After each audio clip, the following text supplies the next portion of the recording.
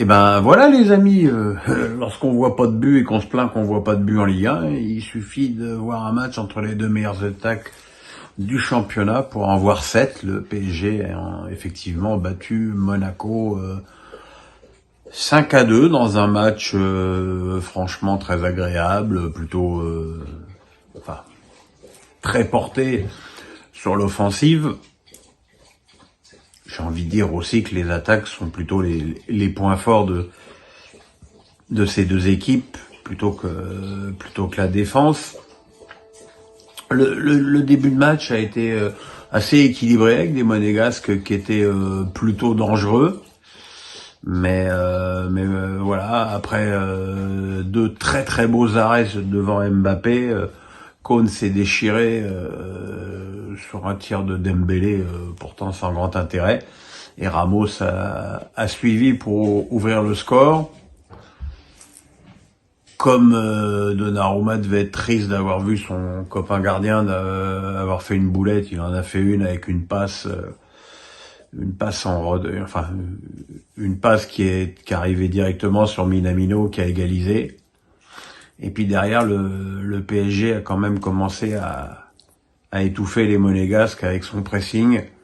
C'est vrai que quand t'as Ugarte, Vitinha et un bon Ruiz au milieu, c'est pas mal. Et voilà, et Magassa a concédé assez bêtement un penalty devant Dembélé qu'Mbappé a transformé. Ça faisait 2-1 à la mi-temps pour le PSG. Et puis, comme assez souvent, Paris a été un petit peu plus, je dirais, attentiste en début de seconde période et puis a marqué 2 buts assez extraordinaires coup sur coup.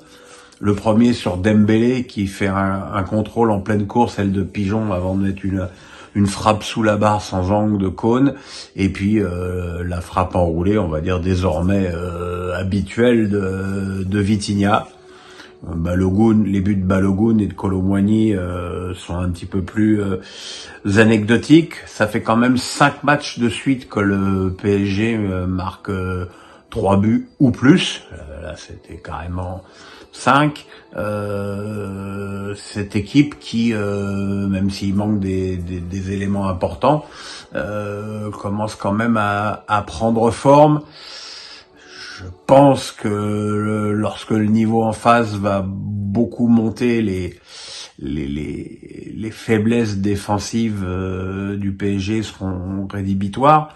Mais il faut reconnaître qu'au Parc des Princes, c'est une équipe qui fait du spectacle et qui domine. Et je pense que ça devrait suffire pour prendre les 3 points importantissimes contre Newcastle mardi.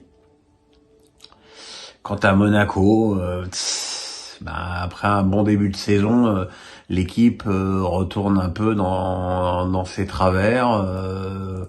Maripane est toujours aussi lent en défense centrale.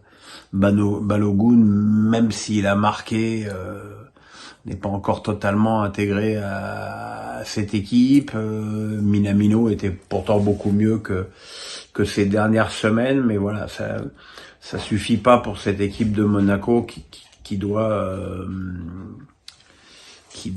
faire mieux, notamment sur le plan défensif, où ils ont pourtant recruté pas mal de joueurs jeunes et talentueux, mais bon voilà, la machine du PSG commence à être bien huilée.